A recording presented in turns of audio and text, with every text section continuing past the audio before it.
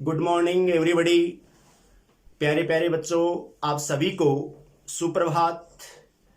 और कल अपन ने इलेक्ट्रोकेमिस्ट्री में टॉपिक पे स्टार्ट किया था, जिनमें मैंने आपको कंडक्टर्स, चालक और इलेक्ट्रोलाइट्स के बारे में बताया था। Strong electrolytes, weak electrolytes. और उसके बाद के टॉपिक के बारे में मैंने कहा था बेटा कि अपन कल सेल स्टार्ट करेंगे। सेल इलेक्ट्रोकेमिस्ट्री का महत्वपूर्ण पार्ट है। सेल दो प्रकार के होते हैं, अपन जानते हैं कि सेल दो प्रकार के होते हैं। एक तो वैद्युत रासायनिक सेल और एक वैद्युत अपघटनी सेल।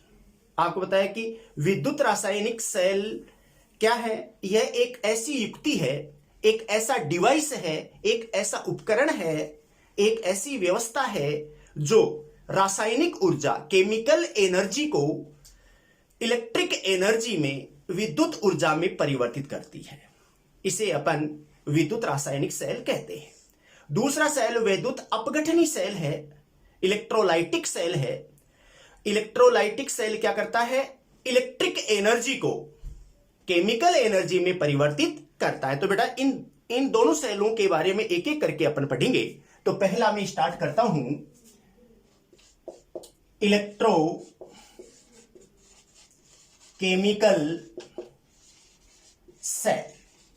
इलेक्ट्रोकेमिकल सेल जिसको क्या बोलेंगे अपन? वैद्युत रासायनिक सेल। वैद्युत रासायनिक सेल। इस सेल के कई नाम हैं। इसको गैल्वेनिक सेल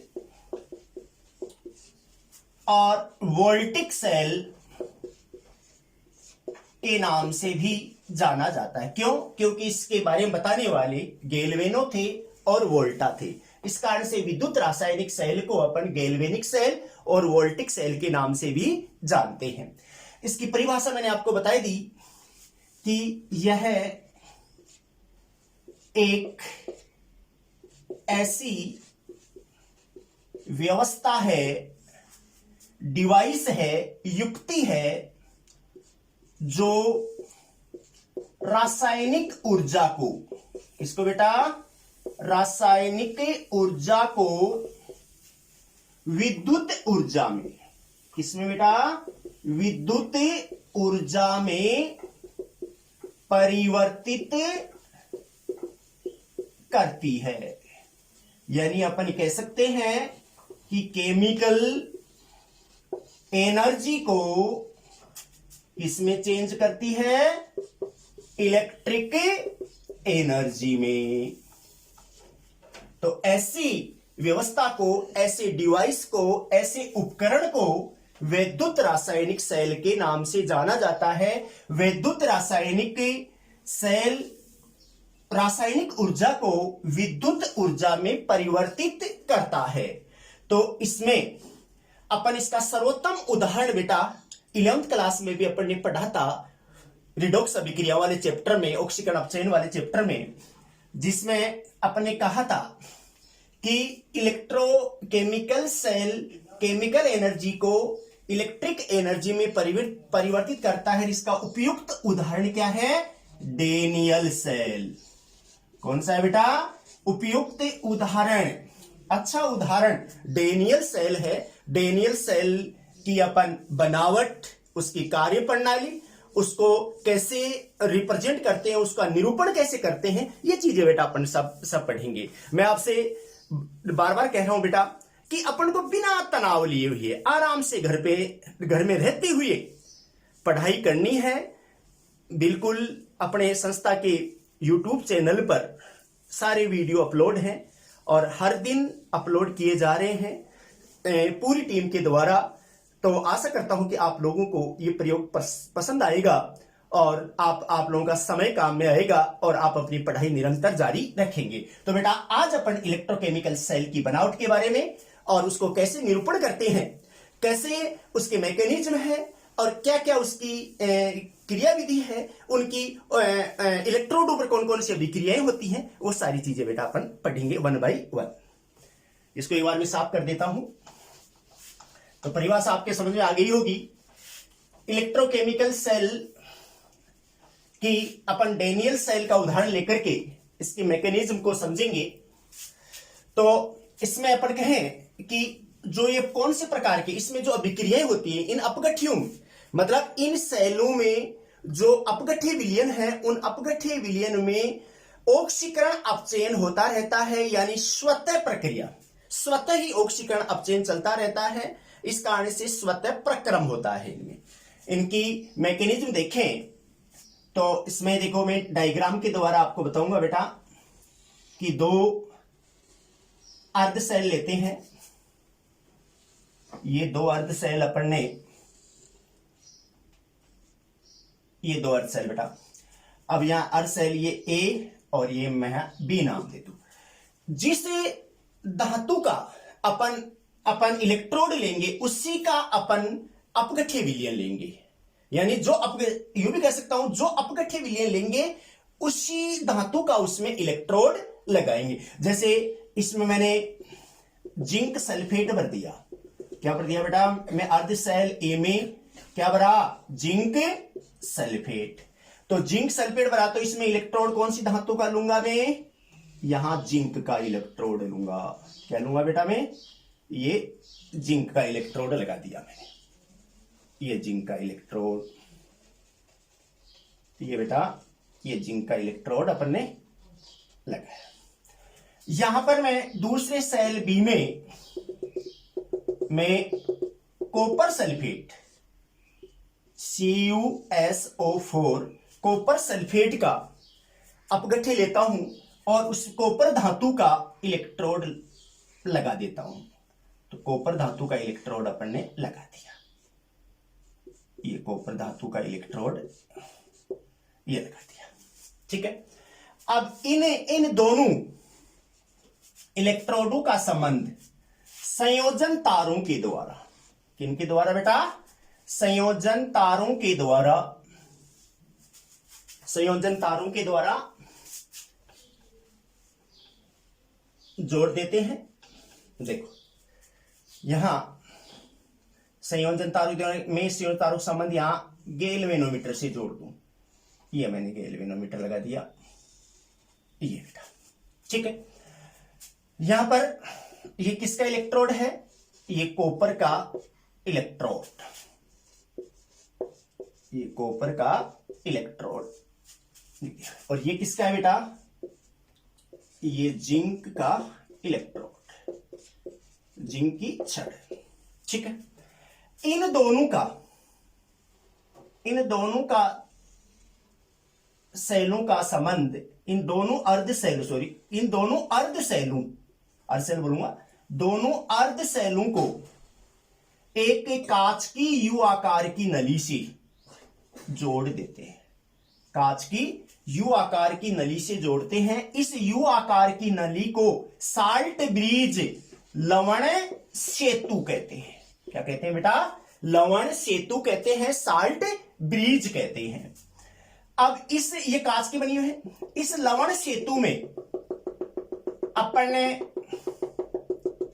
यहां प्रबल एकरीय वैद्युत अपगठ्य, जैसे मान लीजिए मैं कहूं KCl भी ले सकते हैं अपन, अमोनियम नाइट्रेट भी ले सकते हैं, KNO3 भी ले सकते हैं।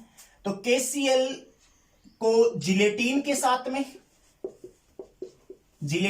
साथ में या एगार के साथ में पेस्ट बना लेते हैं। उस पेस्ट को इस कांच की नली में भर देते हैं। इस कांच की नली का मुंह अपन कॉटन के द्वारा, रुई के फाया द्वारा अपन इसको बंद कर देते हैं, कॉटन की डाट लगा देते हैं, बंद कर देते हैं।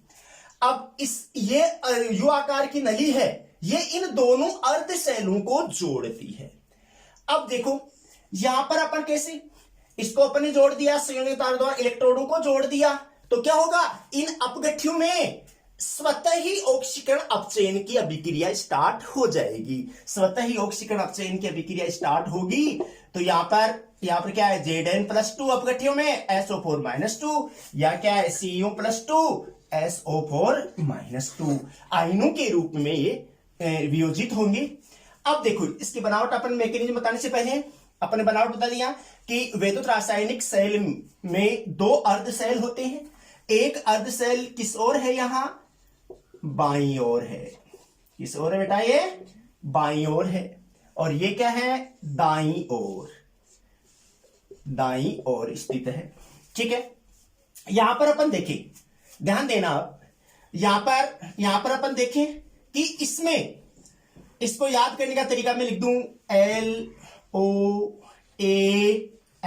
याद करने का तरीका इस प्रकार हो सकता है, L क्या है बेटा, लेफ्ट हैंड की ओर, बाईं ओर। O का मतलब क्या हो गया बेटा, ऑक्सीडेशन, यानी बाईं ओर क्या होगी, हर सेल में ऑक्सीकरण की अभिक्रिया होगी। ये किसका काम करेगा, ये एनोड का काम करेगा। और इस पर चार्ज कौन सा होगा, नेगेटिव। अभी अपन समझेंगे इस चीज को, चार्ज क्या होगा बेटा इसमें, नेगेटिव। इधर देखो अपन, इसको याद करें अपन, आर का मतलब क्या हो गया, यहां राइट हैंड की ओर, यानी अपन कहें दाहिने हाथ की ओर स्थित होता है। यहां पर अपन आर का मतलब क्या हो गया, यहां रिडक्शन की अभिक्रिया होगी, अपचयन होता है। सेल बी, अर्ध सेल बी में अपचयन होगा। फिर उसके बाद में किसका काम करेगा, यहां पर कैथोड का काम करेगा। सी से रिप्रेजेंट कर दूं मैं यहां, ये कैथोड का। और चार्ज कौन सा होगा इसमें, पॉजिटिव चार्ज। ये धन ध्रुव का काम करेगा। कैसे करेगा ये चीज अपन समझेंगे। तो यहां पर अपन कहें कि ये जिंक इलेक्ट्रोड किसका काम कर रहा है बेटा, नेगेटिव पोल का काम करेगा। और ये किस पोल का काम करेगा बेटा, पॉजिटिव पोल का काम करेगा। मींस ये किसका काम कर रहा है, यहां कैथोड का काम कर रहा है। ये कैथोड इलेक्ट्रोड है। और ये कौन सा हो गया बेटा, एनोड इलेक्ट्रोड। तो यहां पर जैसे ही देखो बेटा, जैसे ही इसमें अपन ने गैल्वेनोमीटर लगाया है, तो गैल्वेनोमीटर से अपन धारा की दिशा आसानी से ज्ञात हो सकती है अपन को। तो यहां पर जैसे ही ये परिपथ स्टार्ट हो रहा है, ऑक्सीकरण अपचयन स्टार्ट हो जाएंगे, तो इसमें देखो ये जो जिंक की रोड है, ये क्या है बेटा, सॉलिड है, सॉलिड है। तो इसका क्या होगा, ऑक्सीकरण होगा। ये इलेक्ट्रॉन का त्याग करेगी। इलेक्ट्रॉन का त्याग करते क्या बन जाएगा विलयन में, Zn+2 आयन, जिंक आयन बनते जाएंगे। और यहां पर इलेक्ट्रॉनों का उत्सर्जन होता जाएगा, यानी नेगेटिव चार्ज। इस छड़ के ऊपर कौन सा चार्ज आ जाएगा, नेगेटिव चार्ज आ जाएगा। ये इलेक्ट्रॉन, ये जिंक जैसे दो इलेक्ट्रॉन का उत्सर्जन करेगा, तो ये दोनों इलेक्ट्रॉन संयोजन तार के द्वारा, दोनों इलेक्ट्रॉन बेटा संयोजन तार के द्वारा कौन सी छड़ पर आएंगे, कॉपर छड़ पर आएंगे। क्योंकि अपन को पता है कि कॉपर क्या है, सॉलिड है। यहां तो कॉपर धातु है, तो सॉलिड इलेक्ट्रॉन ग्रहण नहीं करेगी। इलेक्ट्रॉन ग्रहण करेगी तो आयनों में होना चाहिए। तो यहां पर ये जो क्यूप्रिक आयन है Cu+2, ये क्यूप्रिक आयन इस छड़ पर जाएंगे, कॉपर धातु की छड़ पर जाएंगे। तो कॉपर धातु की छड़ पर जाएंगे, इसका मतलब यहां पर धनावेश का बाहुल्य है। किसका बाहुल्य बेटा, यहां धनावेश का बाहुल्य है। इस कारण से कौन से पोल का काम करता है, पॉजिटिव पोल का काम करता है। ये क्यूप्रिक आयन इन इलेक्ट्रॉनों को ग्रहण कर, ये क्यूप्रिक आयन इन इलेक्ट्रॉनों को ग्रहण करके ये कॉपर धातु में अपचयित हो जाएगा। और ये धीरे धीरे इस कॉपर छड़ पर ये जमता जाएगा। कॉपर धातु इसके ऊपर जमती जाएगी और ये छड़ मोटी होती जाएगी। इसका मतलब सेल बी में अपचयन हो रहा है, तो इसको क्या बोलेंगे बेटा अपन, अपचयन अर्ध सेल। क्या बोलेंगे बेटा इसको अपन, अपचयन अर्ध सेल बोलेंगे। यहां पर क्या हो रहा है बेटा, ऑक्सीकरण हो रहा है। इसका मतलब इसको क्या बोलूंगा मैं, ऑक्सीकरण हो रहा था, ऑक्सीकरण अर्ध सेल। क्या लिख दूं मैं इसमें, ऑक्सीकरण अर्ध सेल कहेंगे। तो इन दोनों को देखो, यहां पर नेगेटिव चार्ज हो रहा है, मीन्स इलेक्ट्रॉनों का उत्सर्जन हो रहा है। जिंक रोड इलेक्ट्रॉनों का उत्सर्जन कर रही है, तो ये क्या होगी, धीरे धीरे घुलती जाएगी।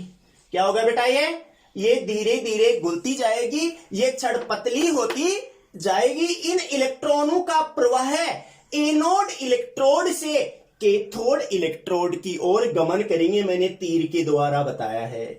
कि ये इन इलेक्ट्रॉनों का गमन जिंक इलेक्ट्रोड से कॉपर इलेक्ट्रोड की ओर हो रहा है, जिंक इलेक्ट्रोड से कॉपर इलेक्ट्रोड की ओर हो रहा है। तो यहां पर विद्युत धारा का प्रवाह क्या होगा, इस कैथोड से, यहां मैं लिख दूं विद्युत धारा, तो विद्युत धारा का प्रवाह क्या होगा, यहां कैथोड इलेक्ट्रोड से एनोड इलेक्ट्रोड की तरफ होगा, क्योंकि अपन को पता है कि विद्युत धारा का प्रवाह पॉजिटिव से नेगेटिव की ओर होता है। तो यहां पर अपन देखो, अब इस लवण सेतु का काम क्या है बेटा, इस कांच की नली को अपन ने क्यों लगाया, तो एक तो सर्वविदित अपन को दिख रहा है चित्र में कि इन दोनों अर्ध सेलों को जोड़ने का काम कौन कर रहा है बेटा, ये यू आकार की कांच की नली कर रही है। तो सबसे पहला कार्य क्या हो गया इसका, यू आकार की कांच की नली ये दोनों अर्ध सेलों को जोड़ती है, क्योंकि बोलते बेटा दोनों अर्ध सेलों को ये जोड़ती है, इनमें विद्युत उदासीनता बनाए रखती है, इन सेलों में क्या होती है, विद्युत उदासीनता बनाए होगी, यानी एनोड अर्ध सेल में और कैथोड अर्ध सेल में विद्युत उदासीनता बनाए रखेगी और इनका आंतरिक परिपथ पूर्ण करती है। आजकल क्या है, वर्तमान में सरंध्र पात्र का भी यूज करते हैं, किसका करते हैं बेटा, सरंध्र पात्र का भी यूज करते हैं लवण सेतु के स्थान पर। तो यहां पर ऑक्सीकरण अपचयन अभिक्रिया कैसे होती है, इसको मैं मिटा देता हूं, यहां मिटा करके मैं बता दूं बेटा, यहां देखो, यहां पर मैं कहूं कि ऑक्सीकरण इन इलेक्ट्रोड पर कौन कौन सी अभिक्रिया होगी, तो यहां मैं बता दूं एनोड इलेक्ट्रोड पर होने वाली अभिक्रिया, एनोड इलेक्ट्रोड पर होने वाली अभिक्रिया, आपको पता है कि एनोड पर क्या होता है हमेशा, ऑक्सीडेशन। 11th क्लास में बताया था मैंने, 11th क्लास में अपने ऑक्सीकरण अपचयन ऑक्सीकरण अंक वगैरह सारे पढ़े थे। तो ऑक्सीडेशन एनोड छड़ पर अर्थात एनोड इलेक्ट्रोड पर हमेशा क्या होता है बेटा, ऑक्सीडेशन होता है, ऑक्सीकरण होता है। और ऑक्सीकरण आपको पता है कि जिनमें इलेक्ट्रॉनों का दान हो, इलेक्ट्रॉनों का त्याग हो, मतलब ऑक्सीकरण अंक में वृद्धि हो, किसमें बेटा, ऑक्सीकरण अंक में वृद्धि हो। तो यहां देखो ये जिंक क्या है, जेडन सॉलिड है, धातु है, छड़ है ये, तो जिंक सॉलिड है, तो ये इलेक्ट्रॉन का त्याग करके Zn+2 2 इलेक्ट्रॉन का त्याग करेगी। तो ये इसकी भौतिक स्थिति देखें तो ये एक्वस, इस अपगठे में यहां घुलते जाएंगे जिंक आयन, तो जलीय इसमें विलयन में घुल जाएंगे तो एक्वस हो गया। और कितने इलेक्ट्रॉन निकलेंगे, 2 इलेक्ट्रॉनों का उत्सर्जन होगा, 2 इलेक्ट्रॉनों का उत्सर्जन हो रहा है, इलेक्ट्रॉनों का त्याग हो रहा है, इसलिए क्या हो रहा है, इस अर्ध सेल में ऑक्सीकरण हो रहा है। तो अपन देखें भाई ऑक्सीकरण अंक के हिसाब से देखें तो इसका ऑक्सीकरण अंक क्या है, 0 है सॉलिड, और यहां पर ऑक्सीकरण अंक कितना हो गया बेटा, इसका 2 हो गया। तो ऑक्सीकरण अंक में 0 से 2 तो वृद्धि हुई कि नहीं हुई बेटा। तो यहां पर अपन देखें कि ऑक्सीकरण अंक में वृद्धि होना ऑक्सीकरण कहलाता है। ये 2 इलेक्ट्रॉनों का उत्सर्जन हुआ, ये इलेक्ट्रॉन यहां पर नेगेटिव चार्ज का बाहुल्य हुआ कि नहीं हुआ इस छड़ पर, इस कार्य से ये छड़ किसका काम कर रही है, नेगेटिव पोल का काम कर रही है। और ये Zn+2 इस अपगठे विलयन में आ गए, तो इस अपगठे विलयन में Zn+2 आयनों का बाहुल्य हो रहा है, वृद्धि हो रही है, जिसका संतुलन कौन रखेगा, ये लवण सेतु रखेगा। ये यहां पर पॉजिटिव है तो नेगेटिव अपघट्य, ये अक्रिय है अर्थात जब विक्रिया में भाग नहीं लेंगे तो यहां पर ये Cl- इस अपघट्य में भेज देगा, जिससे दोनों का संतुलन बना रहेगा। आगे होगी समझ में आप लोगों को। दूसरा मैं कहूं कैथोड इलेक्ट्रोड पर होने वाली अभिक्रिया, कैथोड इलेक्ट्रोड होने वाला, अपन को पता है कि कैथोड इलेक्ट्रोड पर क्या होता है बेटा, रिडक्शन होता है। क्या होता है बेटा, रिडक्शन होता है, अपचयन होता है। आपको पता है कि अपचयन में क्या होगा, स्पीसीज इलेक्ट्रॉन को ग्रहण करती है, इलेक्ट्रॉन जुड़ता है, इलेक्ट्रॉन को ग्रहण करती है, इलेक्ट्रॉन जुड़ता है, मींस ऑक्सीकरण अंक में क्या होती है बेटा, कमी होती है। तो यहां पर देखो अब मैंने कहा था कि ये कॉपर धातु है, ये इलेक्ट्रॉन ग्रहण नहीं करेगी सॉलिड अवस्था में, तो ये क्यूप्रिक आयन है, ये इस इलेक्ट्रोड पर, इस छड़ पर जाएंगे। तो यहां पर मैं कहूं Cu+2, क्या बेटा है Cu+2 एक्वस, ये 2 इलेक्ट्रॉन ग्रहण करेगी। जो इलेक्ट्रॉन आ रहे हैं यहां, इन 2 इलेक्ट्रॉनों को ग्रहण करके क्या हो जाएगी, ये अपचयित हो जाएगी। किसमें, कॉपर धातु में।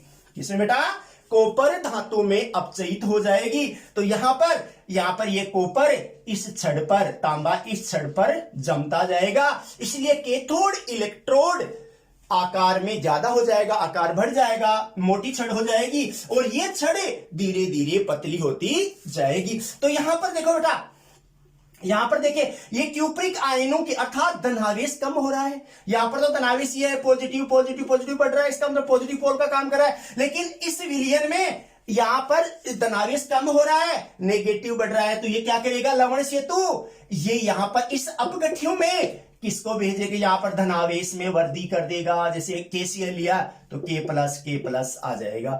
उतनी दोनों की मात्रा बैलेंस होती, ये इनका प्रवाह रुक जाएगा बैलेंस होते ही, और अब विद्युत उदासीनता होगी तभी ये सेल काम करेगा, ऑक्सीकरण अपचयन होगा। तो इसलिए इसमें होने वाले प्रक्रम क्या होते हैं, स्वतः प्रक्रम होते हैं। क्या होते हैं बेटा, इसमें अभिक्रिया होती है, ये स्वतः प्रक्रम होता है।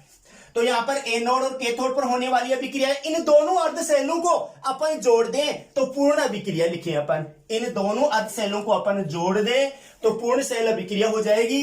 तो क्या लिखूं बेटा मैं, Zn जिंक, क्या है ये, सॉलिड, जिंक क्या है, सॉलिड, प्लस यहां पर इलेक्ट्रॉनों को ग्रहण करने वाले कौन है, Cu+2, ये एक्वस, ये दोनों ये Zn किस में चेंज हो जाएगा, Zn+2 में ये एक्वस, और इसका अपचयन हो जाएगा तो ये कॉपर धातु सॉलिड। तो पता है कि इसका यहां पर क्या हो रहा है, इसका ऑक्सीडेशन हो रहा है।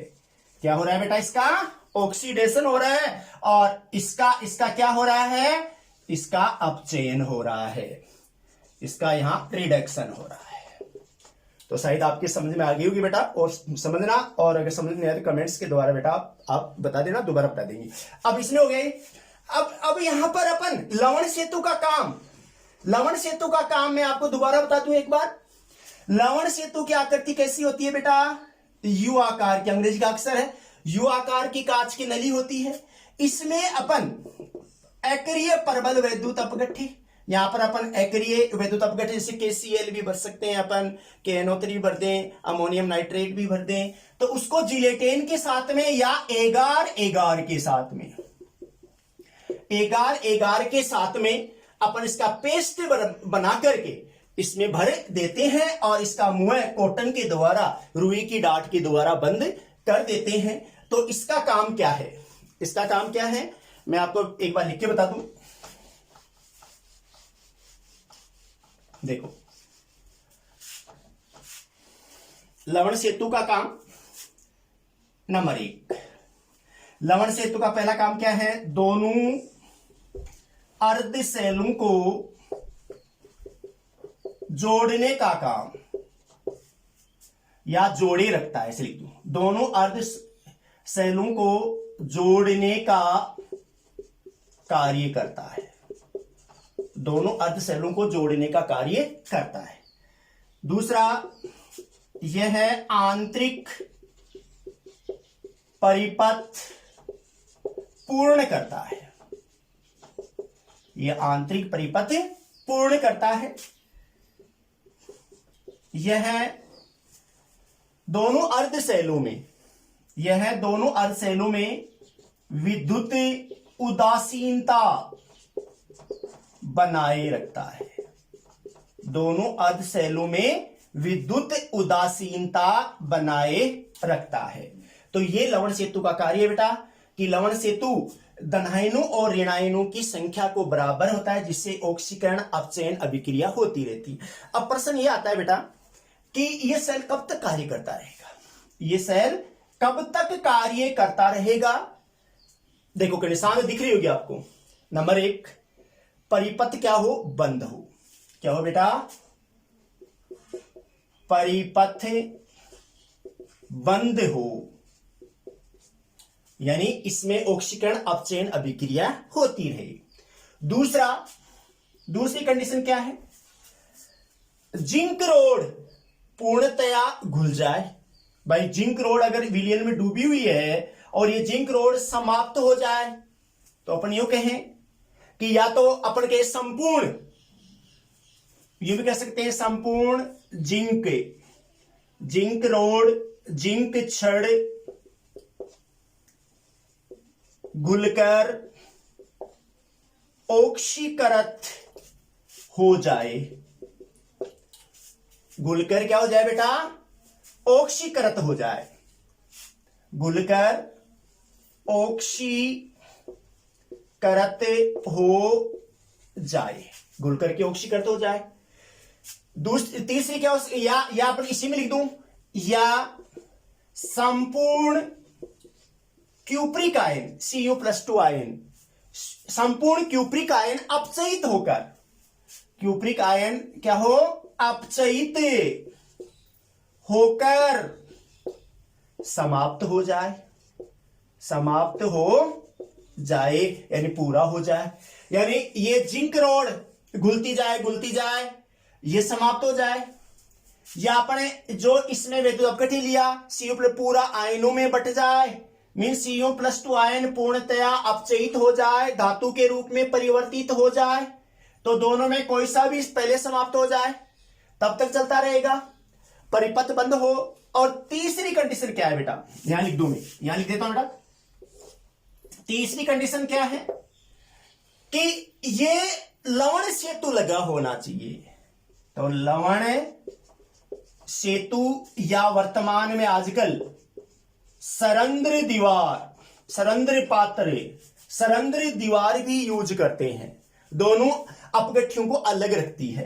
तो लवण सेतु सरंध्र दीवार उपस्थित हो, सरंध्र दीवार उपस्थित हो। तो बेटा एक बार आउटलाइन एक बार और मैं आपको बता दूं कि विद्युत रासायनिक सेल एक ऐसी व्यवस्था है, ऐसी डिवाइस है जो रासायनिक ऊर्जा को विद्युत ऊर्जा में बदलने का काम करती है। इसकी बनावट का सर्वोत्तम बनावट को समझने के लिए अपने डेनियल सेल का एग्जाम्पल ले रहे हैं। ये अपने सीनियर में है कोर्स में। तो डेनियल सेल को अपन देखें, ये विद्युत रासायनिक सेल है। इसकी बनावट में दो अर्ध सेल होते हैं, एक बाईं ओर होता है और एक दाईं ओर। बाईं ओर अर्ध सेल होता है वो ऑक्सीकरण अर्ध सेल का काम करता है, मींस एनोड का काम करता है। दाईं ओर जो अर्ध सेल होता है वो कैथोड का काम करता है, उसको अपन कैथोड अर्ध सेल कहते हैं या अपचयन अर्ध सेल कहते हैं। अब इसमें अपन के हमेशा जब अपन आगे नैनर समीकरण वगैरह पढ़ेंगे तो वहां पर सेल जोड़ेंगे तो बाईं ओर हमेशा एनोड जुड़ता है और दाईं ओर हमेशा कैथोड जुड़ता है। अब इनकी बनावट देखिए, अपन जो अपघट्य ले रहे हैं उसी धातु का इलेक्ट्रोड लेते हैं, दोनों ओर से।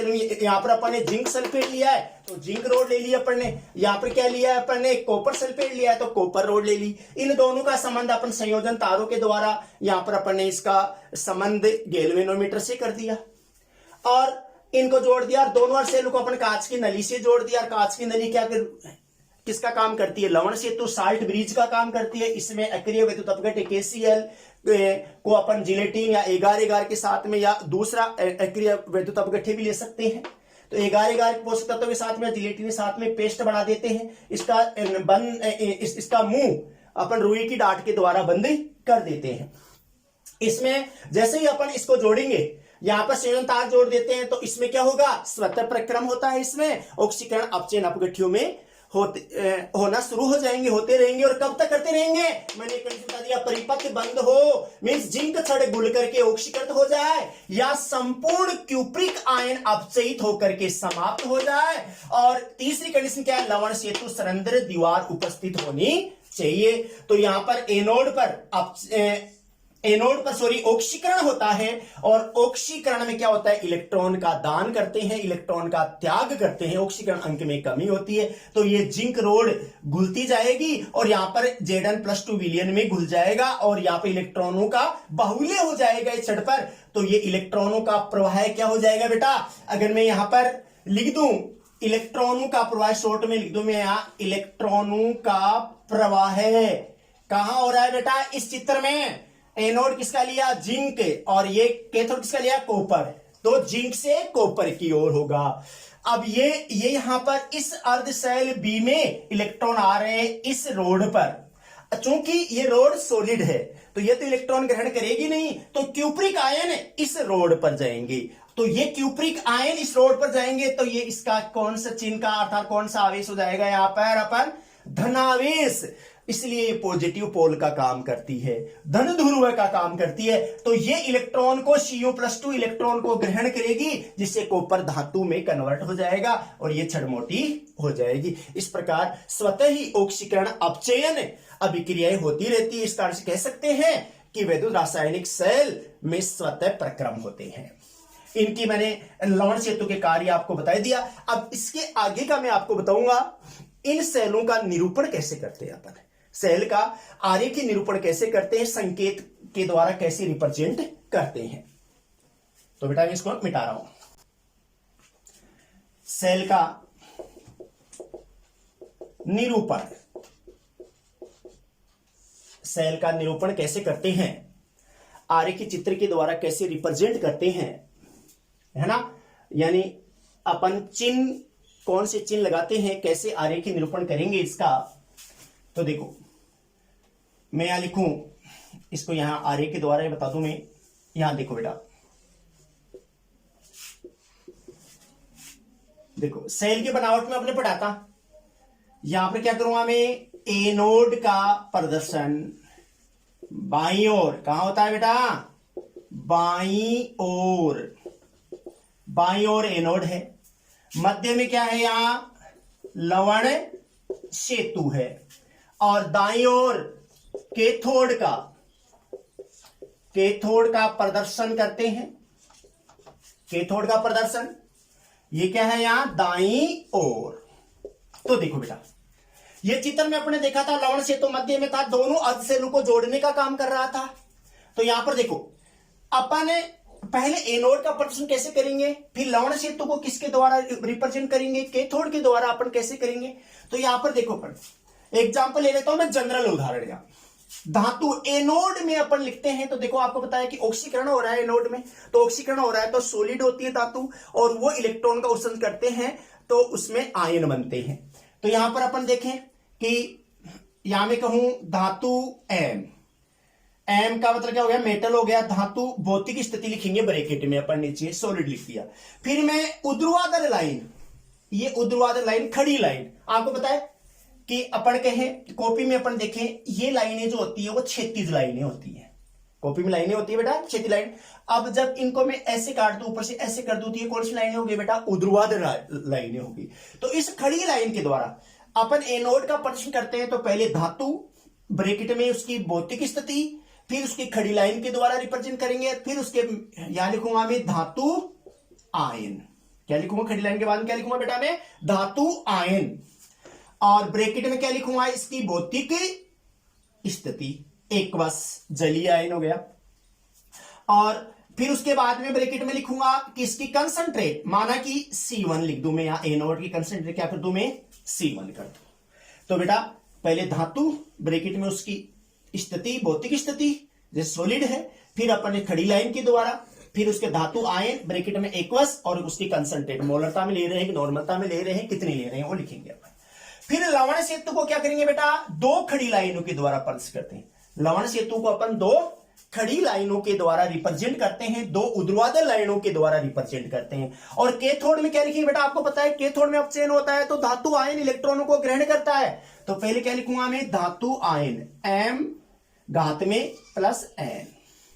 तो ये भौतिक स्थिति क्या लिख दिया मैं, एक्वस जलीय, और फिर क्या लिखूंगा मैं, कंसंट्रेट C2, C2 इसकी कंसंट्रेट मैंने लिख दी, सांद्रता लिख दी। फिर खड़ी लाइन के द्वारा, खड़ी लाइन के द्वारा मैं क्या लिखूंगा यहां, धातु, और ब्रैकेट में क्या लिखूंगा, उसकी भौतिक स्थिति। तो आई बात, एनोड का प्रश्न अपन बाईं ओर करेंगे, बाईं ओर करेंगे तो बाईं ओर में पहले क्या लिखेंगे अपन, धातु, फिर उसके बाद में, हाँ बेटा कैथोड में क्या लिखते हैं, पहले धातु आयन, ब्रैकेट में उसकी एक्वस स्थिति, भौतिक स्थिति लिखी, फिर सांद्रता लिख दी, फिर उसके बाद में खड़ी लाइन के द्वारा, और फिर अपन धातु और ब्रैकेट में उसके सॉलिड लिख दिया। अब इसका मतलब बाईं ओर अपन एनोड अर्ध शेल, मध्य में लवण सेतु, तो मैं यहां लिख सकता हूं ये मध्य भाग में लवण सेतु, जिसको दो खड़ी लाइनों के द्वारा रिप्रेजेंट करते हैं। कैथोड भाग की ओर मींस दाईं ओर अपन कैथोड रिप्रेजेंट करते हैं, जिसको पहले धातु आयन, फिर खड़ी लाइन, और फिर उसके बाद में धातु और ब्रैकेट में उनकी भौतिक स्थिति अपन लिखते हैं। इसका मतलब और पूर्ण सेल में एक साल लिखे तो इसका मतलब ये पूरे सेल को प्रदर्शित करेंगे, तो अपन ये तरीका हो गया। यहां पर मैं एग्जांपल ले लूं, अपन ने एग्जांपल लिया था किसका, जैसे मैं कहता हूं अपन ने पूरी अभी के लिखूं, ये जिंक है Zn, ठीक है ना। यहां पर ये सॉलिड था, फिर क्यूप्रिक आयन Cu+2 ये एक्वस था, यहां से क्या बना Zn+2 ये एक्वस, और प्लस यहां पर Cu ये सॉलिड था। यहां पर अपन कहे कि सांद्रता इसकी 1 मोलरता ले लूं, यहां पर क्यूप्रिक यानी कॉपर सल्फेट भी अपन 1 मोलरता में लिया, ठीक है ना। इसकी सांद्रता लिखी, तो इसको अगर मैं रिप्रेजेंट करूं तो बेटा देखो कैसे करूंगा, पहले क्या लिखूंगा, धातु क्या है जिंक, तो Zn ये सॉलिड लिख दिया ब्रैकेट में, फिर खड़ी लाइन के द्वारा क्या लिखूं, धातु आयन, किसमें चेंज हो रहा है Zn+2 में, ब्रैकेट में क्या है ये जलीय, जल में घुला हुआ है, जल विलयन में घुल गया तो एक्वस हो गया, तो जलीय आयन हो गया। ब्रैकेट में क्या लिखूंगी, सांद्रता कितने ली अपन ने 1 मोलरता, तो 1 मोलरता मैंने सांद्रता लिख दी। फिर उसके बाद में लवण सेतु को मैं 2 खड़ी लाइनों के द्वारा रिप्रेजेंट करूंगा लवण सेतु को।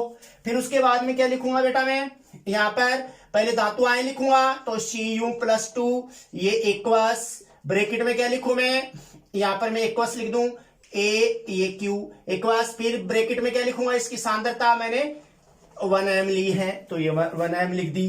फिर खड़ी लाइन, ऊर्ध्वाधर लाइन, फिर क्या लिखूंगा मैं, धातु कॉपर, ब्रैकेट में सॉलिड। इस प्रकार अपन सेल को निरूपण करती, ये अपन ने सेल अभिक्रिया लिखी, पूर्ण सेल अभिक्रिया, और इसको इस अभिक्रिया को अपन इस सेल संकेत के द्वारा रिप्रेजेंट करते हैं। तो बेटा आपको समझ में आई होगी, आप इसको पढ़ना, कहीं समझ में नहीं है तो सभी विद्यार्थियों से मेरा निवेदन है, कहीं कोई वीडियो में कोई दिक्कत आ रही हो कि सर ये टॉपिक समझ में नहीं आया, है ना, आवाजें वगैरह सारी सही आ रही है कि नहीं आ रही है ना, तो आप लोग बताना बेटा।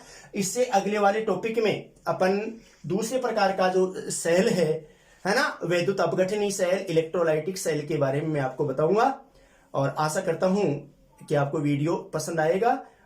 धन्यवाद।